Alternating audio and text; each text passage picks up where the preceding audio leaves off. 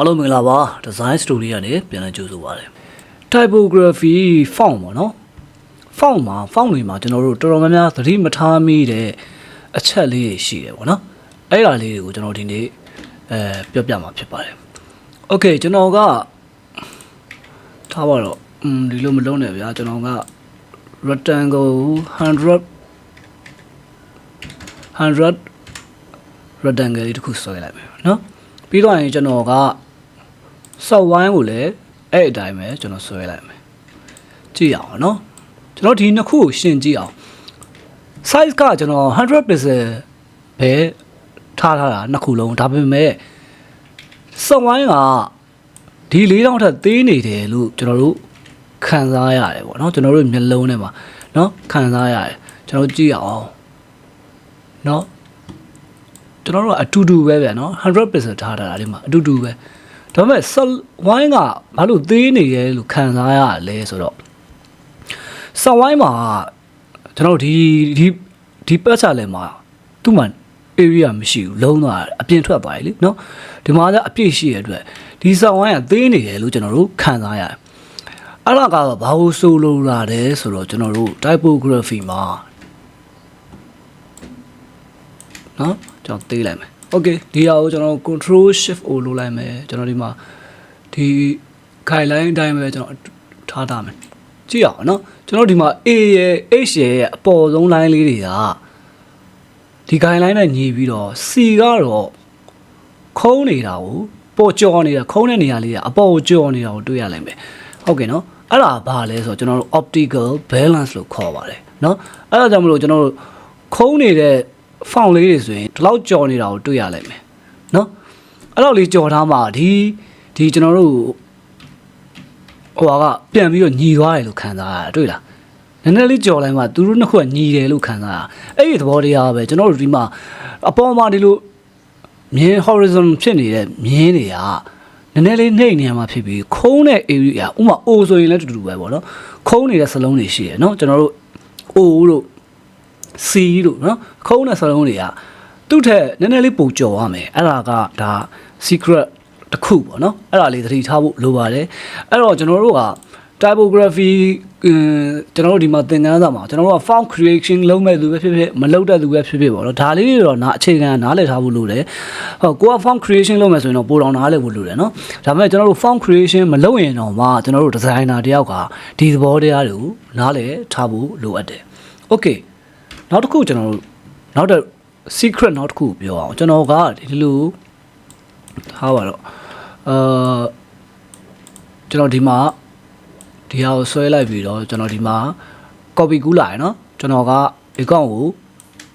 နော် download လုပ်လိုက်တယ်ကျွန်တော်ဒီမှာချိန်လိုက်တယ်ပြီးဒါကိုတိုးလိုက်တယ်ဆိုရင်ဒီဟာကလက်တာပေါ့နော်ဒါပေမဲ့တေချာကြည့်အောင်ကျွန်တော်တို့ရဲ့မျက်လုံးကတေချာကြည့်မယ်ဆိုရင်လေဒီအောက်ကဒီကောင်ကပို့ပြီးတော့ကြီးတယ်လို့ခံစားရတယ်ဗျဒီ width ကိုပြောရနော်ဒီ width နဲ့ဒါပို့ကြီးတယ်လို့ခံစားရတယ်အဲ့ဒါကလည်းဘာလဲဆိုတော့ကျွန်တော်တို့ရဲ့လူတွေရဲ့မျက်လုံးမှာ illusion တွေအများကြီးရှိတယ်ကျွန်တော်တို့အုံနောက်က illusion အများကြီးရှိတယ်အဲ့တော့ဒီဟာနဲ့ရှင်းကြည့်လိုက်ဒီကောင်ကသေးတယ်လို့ခံစားရပြီဒါကြီးကကျဲတယ်လို့ခံစားရတကယ်ကြကျွန်တော်ဘာလုပ်ထားရလဲဆိုတော့အဲ့လေ download ကျွန်တော် rotate လုပ်လိုက်တာပဲเนาะ rotate လုပ်ပြီးဒီကောင်ကိုတူထားတာပဲရှိတာဒါပေမဲ့ဒီကောင်ကြီးကကြီးနေတယ်လို့ဒီအမြင့်ကကြီးနေတယ်လို့ခံစားရတယ်ဒါကြောင့်မလို့ဒီလိုချိတ်ဆက်တော့မယ်ဆိုရင်ကျွန်တော်တို့ letter လေးလုပ်တော့မယ်ဆိုရင်ဒီဟာကိုနည်းနည်းလေးကျွန်တော်သေးလိုက်မှသူတို့ကညီသွားတယ်လို့ခံစားရတယ်အဲ့ဒါဟုတ်မဟုတ်ကျွန်တော်တို့ကဘာကျော် font တွေကိုကျွန်တော်တို့တစ်ချက် show မယ်ဗျာเนาะခုဒီမှာဆိုရင်ကျွန်တော်က vertical เนาะတကယ်ကဘာကျော် font နေเนาะဒါ okay ဒီမှာကြည့်သူဆိုတော်တော်ကြီးကိုကွာထားတယ်เนาะ okay နောက်တစ်မျိုးကျွန်တော် Proxima Nova ရဲ့ကျွန်တော်ဘိုးကြည့်ရင်သိမသိတာကျွန်တော် black ထိသွားလိုက်မယ်เนาะ black ဆိုရင်ကျွန်တော်ဒီမှာဆိုလည်းတူတူပဲကြည့်အောင်တကယ်တူရဲ့လားဆိုတာကျွန်တော်ကြည့်အောင်ဒီမှာဒီမြင်းရှိရယ်เนาะဒီမြင်းရှိတယ်ကျွန်တော်အဲ့ကောင်ကိုဘယ်လိုလက်လိုက်မယ်ကျွန်တော်ရှင်းကြည့်မယ်ဒါဆိုရင်ကြည့်လိုက်သိတာရယ်เนาะဒီကောင်ကသေးထားတာကိုတွေ့ရလိမ့်မယ်အဲ့ဒါဒီ font တွေမှာအများအားတွေ့ရတဲ့လျှို့ဝှက်ချက်ပေါ့နော်တခုတော့ရှိတယ်ဒါ professional font တွေမှာပေါ့တွေ့ရ professional မဆန်တဲ့သူတွေတချို့ font creator တွေမှာတော့professional တိတ်မကြတဲ့လူတွေမှာတော့လောက်ထားတဲ့ font တွေကညီနေတာကိုတွေ့ရလိုက်ပဲဒါပေမဲ့လည်းဒါက professional မကြဘူးလို့တော့ကျွန်တော်သွားပြောလို့တော့မရဘူး तू ကဘယ်လို sense ပေးချင်တာလဲပေါ့မူတည်လဲမူတည်မှာပေါ့နော်လုံးဝကိုညီညွတ်နေတဲ့အရာတစ်ခုပဲကျွန်တော်တို့ဒီ optical balance ကိုလုံးဝမစင်စားမနဲ့ mathematical balance ကိုပဲတွက်ပြီးတော့လောက်ထားတဲ့ font မျိုးဆိုရင်တော့ညီနေမှာပေါ့နော်ဒါကတော့ဒါ font creator ရဲ့ပေးခြင်းတဲ့ taste ကဘာလဲပေါ့မူတည်ဒါပေမဲ့အများသောအားဖြင့်ကျွန်တော်တို့ကြည့်လိုက်ရင် professional font တွေမှာဒီလိုထောင်းလိုက်မြင်တယ်ဒီလိုအလျားလိုက်မြင်ဆိုရင်အလျားလိုက်မြင်ရနည်းနည်းသေးရအောင်တွေ့ရလိမ့်မယ် okay ဒါက secret number 2ပေါ့နော် okay ကျွန်တော်နောက်တစ်ခုကြည့်အောင်ကျွန်တော်ကဒီမှာထားပါတော့ကျွန်တော်ဒီမှာ down လိုက်မြင်တစ်ခုကိုဆွဲမယ်ဆွဲပြီးရင်ကျွန်တော် dissolve လုပ်မယ်ပေါ့နော် A နဲ့ဒီကောင်အပေါ်ကဟာကိုမှတ်ပြီးတော့ကျွန်တော် dissolve လုပ်ကြည့်အောင်နော်ကျွန်တော်ဒီမှာထားလိုက်မယ်ဒီတိုင်းပဲဒီကောင်ကိုကျွန်တော်ဒီလိုကျင်းတာတွေကျဲတာတွေမလုပ်ဘူးเนาะကျွန်တော်ဒီအပေါ်ဟာကိုပဲကျွန်တော် dissolve လုပ်မှာเนาะ dissolve လုပ်မှာ okay ကျွန်တော်ထားပါတော့ dissolve လုပ်မယ် okay ကျွန်တော် dissolve ပဲလုပ်သွားခင်ဗျာကြည့်ဒီ width ကိုလုံးဝမပြင်သွားဘူးဒါပေမဲ့ဒီမြင်းတဲ့ကြောင်းဒီကောင်ကပိုကျယ်တယ်လို့ခံစားရတယ်ဒီကောင်ကပိုကျင်းသွားတယ်လို့ခံစားရတယ်အဲ့တော့ကျွန်တော်တို့ရဲ့မျက်လုံးကျွန်တော်တို့ရဲ့အုံနောက်ကသတ်မှတ်လိုက်တဲ့အရာပဲတကယ်တင်ရှာကနန်းအဲ့ဟာကျွန်တော်တို့တွက်မယ်ဟေးဆိုရင်သူ့ရဲ့ဒီ width နဲ့သူ့ရဲ့ဒီ width ကအတူတူပဲရယ်เนาะအတူတူပဲရယ်เนาะအတူတူပဲဒါပေမဲ့ကျွန်တော်တို့မျက်လုံးမှာတော့စောင်းသွားတဲ့အရာတွေကကျင်းသွားတယ်လို့ခံစားရတယ်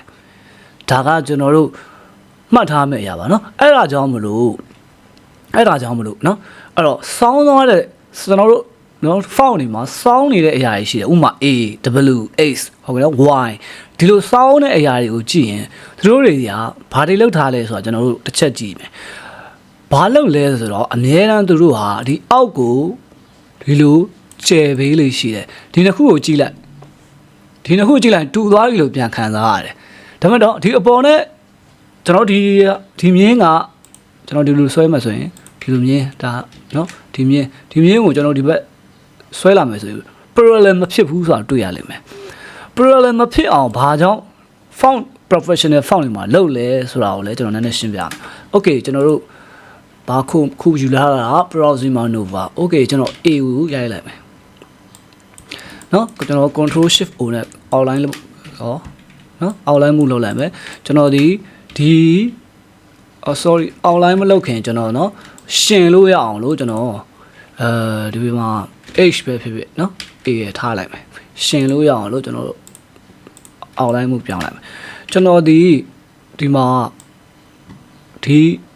ဒီကွာဝေးပေါ့နော်ဒီကွာဝေးနဲ့ဒီကွာဝေးကိုရှင်းကြည့်အောင်ပိုကျဲနေအောင်တွေ့ရလိမ့်မယ်ဒီမှာကြည့်ဒီဘက်ကပိုကျဲနေအောင်တွေ့ရလိမ့်မယ်โอเคနောက်တစ်ခုကြည့်မယ်ကျွန်တော်ဒီမှာ A ရဲ့ဒီဘက်ကထောင်းလိုက်မြင်းကိုကျွန်တော်ဆွဲသွားမယ်เนาะဆွဲသွားမယ်အကောင့်ကိုကျွန်တော်တို့ဒီဘက်မှာထားကြည့်အောင် parallel မဖြစ်ဘူးဆိုတာကိုတွေ့ရလိမ့်မယ်တွေ့လားလုံးဝ parallel ဖြစ်မနေဘူးဒါပေမဲ့ဘာကြောင့်လို့ parallel မဖြစ်တာလဲပြီးတော့ဘာကြောင့်မလို့ဒီအောက်ကိုကျယ်လိုက်တာလဲဆိုတဲ့အရာအောက်ကိုကျယ်ခြင်းဟာဟန်အောင်ကလို့တူပြီးတဲ့သူတို့ရဲ့ width ကတူတယ်လို့ပြန်ခံစားရအောင်လုပ်တာဖြစ်ပြီးတော့เนาะနောက်တစ်ခုဒီအပေါ်ကိုမညီမညာလုပ်ပေးခြင်းဟာဘာလဲဆိုတာကျွန်တော်ရှင်းပြမယ်ဥပမာအားဖြင့်ကျွန်တော်တို့ကတကယ်လို့ဒါပေါ့เนาะတကယ်လို့ဒါကျွန်တော်ထားပါတော့ဒီ A ရဲ့ width အတိုင်းကျွန်တော်တို့ကဒီလိုယူထားပြီးတော့เนาะ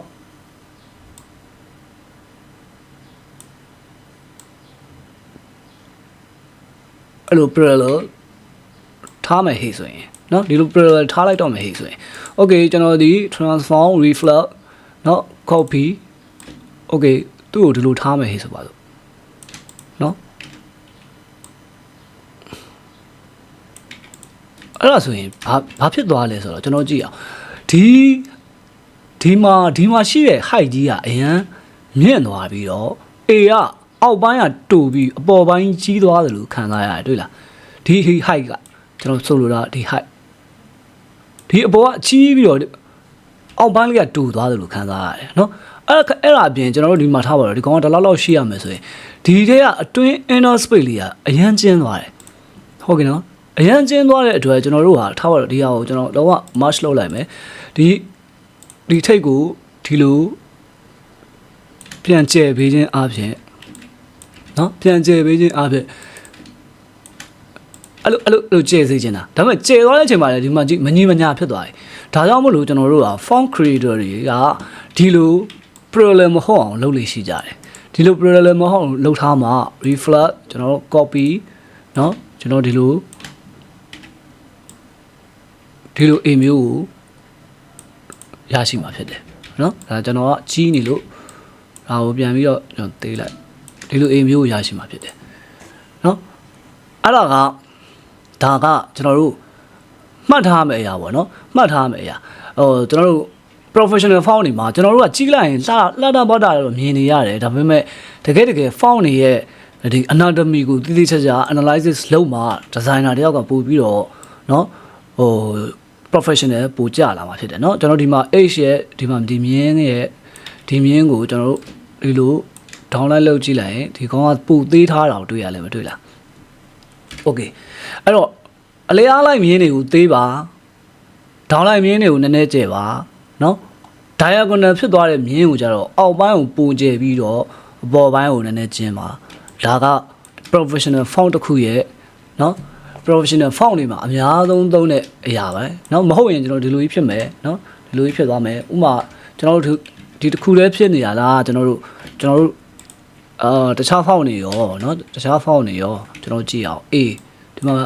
ဒါက Proxima မလို့ကျွန်တော်တို့ Helvetica ကိုသုံးကြည့်အောင် Helvetica black เนาะသူ့လည်းကြည့်အောင်ကျွန်တော်တို့ဒီမြင်းက control shift O ဒီမြင်ရှိမယ်အဲ့ကောင်ကိုကျွန်တော်ဆွဲလာခဲ့မယ်ဆိုရင်သူတို့ဒီ diagonal parallel ဟိုဘက်နဲ့ဒီဘက်နဲ့ parallel လုံးဝမဟုတ်တာကိုတွေ့ရလိမ့်မယ်เนาะအဲ့တော့ဒါက font တွေမှာရှိတဲ့မှတ်ထားရမယ်အရာ okay နောက်တစ်ခုရှိသေးတယ်နောက်တစ်ခုကဘာလဲဆိုတော့ကျွန်တော်ဟနောက်ဒါပြောပြီးပြီပေါ့နော်ဒီကောင်ကိုကျွန်တော်တို့ကဘာ width ကိုချင်းတာမဟုတ်ဘဲနဲ့ dissolve လုပ်လိုက်တာနဲ့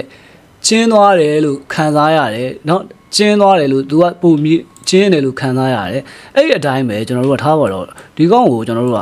ဒီလိုစောင်းပြီးတော့သူ့ကိုကျွန်တော်တို့က transform reflect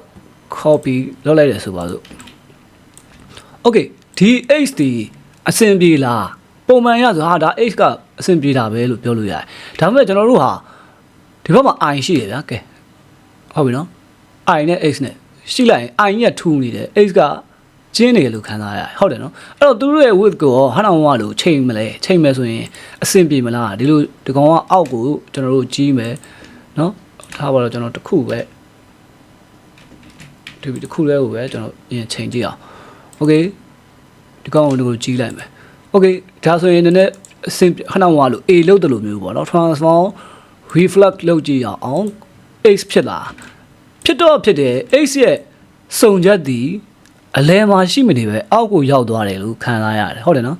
အဲ့တော့အောက်ကိုမရောက်အောင်လို့သူ့ကိုအလဲမှာရှိအောင်လို့ဒီလိုဘေးကိုတိုးလိုက်ရင်ဒါစုံချက်ကတော့အလဲဖြစ်သွားတယ်ဒါပေမဲ့အောက်ပိုင်းကကားပြီးတော့အပေါ်ပိုင်းကကြည့်လိုက်အောက်ပိုင်းကကားပြီးအပေါ်ပိုင်းကနော်ဒီဘက်မှာအောက်ပိုင်းကကားပြီးအပေါ်ကချင်းသွားတယ်နော်အဲ့တော့ဒီ x ကိုရောဘယ်လိုဆွဲကြလဲဆိုတော့ကျွန်တော်ဒီမှာကြည့်အောင်နော်ဘယ်လိုဆွဲကြလဲဆိုတော့ဒီမှာကြည့်မညီမညာဖြစ်အောင်တေးသေးချာချာဆွဲထားတာကိုတွေ့ရလိမ့်မယ်ဒီမှာဆိုရင်နည်းနည်းလေးသိမသိတာပဲမဲ့တချို့ဖောက်နေဆိုတအားသိတာဒါပေမဲ့မညီမညာဆိုတော့ကျွန်တော်တို့တေချာကြည့်လို့နော်တေချာကြည့်တဲ့လူမှသိတာနော်တေချာမကြည့်ရင်မသိဘူးဒါညီနေရလို့ပဲခံစားရတယ်ဟုတ်ပြီနော်ကျွန်တော်တို့ကတော့ဖောင်ကြီးကိုဟိုလောက်ထားလို့တေခတ်သေးပဲကြည့်ရတော့မယ်ဆိုရင်တုံးဘယ်သူမှမသိတာတော့ဒါပေမဲ့အဲ့ဒါပို့ပြီးတော့ညီရလို့ခံစားရတယ်ဘာကြောင့်လဲဆိုတော့ဒီမှာကြည့်သူ့ရဲ့ဒီမြင်းကိုကျွန်တော်တို့ဒီအောက်ထိကျွန်တော်တို့ချလိုက်မယ်ဆိုရင်အောက်ကမြင်းနဲ့ဘာမှမဆိုင်တာကိုတွေ့ရလိမ့်မယ်နော်အဲ့ဒီအတိုင်းပဲဒီဘက်ကတော့လည်းချလိုက်မယ်ဆိုရင်ဟိုဘက်နဲ့ parallel မဖြစ်ဘဲနဲ့ဒီဘက်ကကားထွက်သွားတာကိုတွေ့ရလိမ့်မယ်ဒါကြောင့်မလို့ကျွန်တော် font တွေကို creation professional font တွေ create လုပ်တဲ့လူတွေကအရန်တော်တဲ့လူတွေနော်အရန်တော်တဲ့လူတွေသူတို့ optical balance ကိုဘယ်လိုချိန်ရမလဲဆိုတော့ကောင်းကောင်းနားလည်တဲ့လူတွေကျွန်တော်တို့ခုဒီမှာ i ရှိတယ်ဗျာဒီမှာ x ရှိတယ်ဒါပေမဲ့ဒီမှာလည်း x ရှိတယ်ဘယ်ကောင်ကပို့ပြီးတော့ညီတယ်လို့ခံစားရတယ်ဆိုတော့ဒီ i နဲ့ဒီကဒါတူနေလို့ဒီလိုပို့ပြီးတော့ ဒီနှစ်ခုကအဆင်ပြေနေတာကိုတွေ့ရလိမ့်မယ်ဒီဘက်မှာသွားထားကြည့်အဆင်မပြေတာကိုတွေ့ရလိမ့်မယ်ဟုတ်ကဲ့နော်ဒါက typography မှာလူတွေတော်များများလဲသတိမထားမိတဲ့အချက်တွေကိုသတိထားမိအောင်ပြောပြတာဖြစ်တယ် graphic design တွေပဲမှာထားပါတော့ခင်ဗျားက social media design တွေရုပ်ရှင် poster ကြီးတွေနော် photo manipulate တွေလုပ်ပြီးတော့ဘယ်လောက်လုပ် logo design တစ်ခုတောင်းတဲ့ပတ်စံကိုတောင်းဖို့မလွယ်ဘူးဗျတကယ်ပြောတာ logo design ကကျွန်တော်တို့ပတ်စံအများကြီးတောင်းလို့ရတယ် logo တစ်ခုဆွဲပြီးတော့10သိန်းလဲတောင်းလို့ရတယ်30လဲတောင်းလို့ရတယ်ဒါပေမဲ့ခင်ဗျားကလည်းဒီ logo design မှာဘယ်လောက်ထိ professional ဖြစ်လဲပုံမူတည်တယ်ဒါပေမဲ့ကျွန်တော်ဒီလိုပြောလို့ဟာငွေတွေအများကြီးရတယ်ဆိုတဲ့စိတ်နဲ့ကျွန်တော်တို့တင်တန်းကိုလာမတက်ပါနဲ့ဖြစ်နိုင်မယ်ဆိုရင် logo design ကိုတကယ်ဝါသနာပါတဲ့သူတွေပဲလာတက်စေချင်ပါတယ်အဲ့တော့ကျွန်တော်တို့ design story ရဲ့ logo design master class ကိုဖွင့်လာတာအခုဆိုရင် batch 28 ထိရောက်လာပါပြီအဲ့တော့ batch 28ကို ဇွန်လ25ရက်နေ့မှာဖွင့်မှာဖြစ်ပါတယ် join နေတဲ့လူတွေလာရောက် join လို့ရပါတယ်ဒီ design story ရဲ့ logo design master class မှာကျွန်တော်တို့ logo design တွေအကြောင်းအပြင်เนาะ color theory အကြောင်း typography ရဲ့ဒီဆောက်ပုံတွေအကြောင်းเนาะပြီးရင် branding brand identity design တွေဆိုတာဘာတွေလဲเนาะ client အနေနဲ့ဘယ်လိုအလုပ်လုပ်ရမလဲเนาะ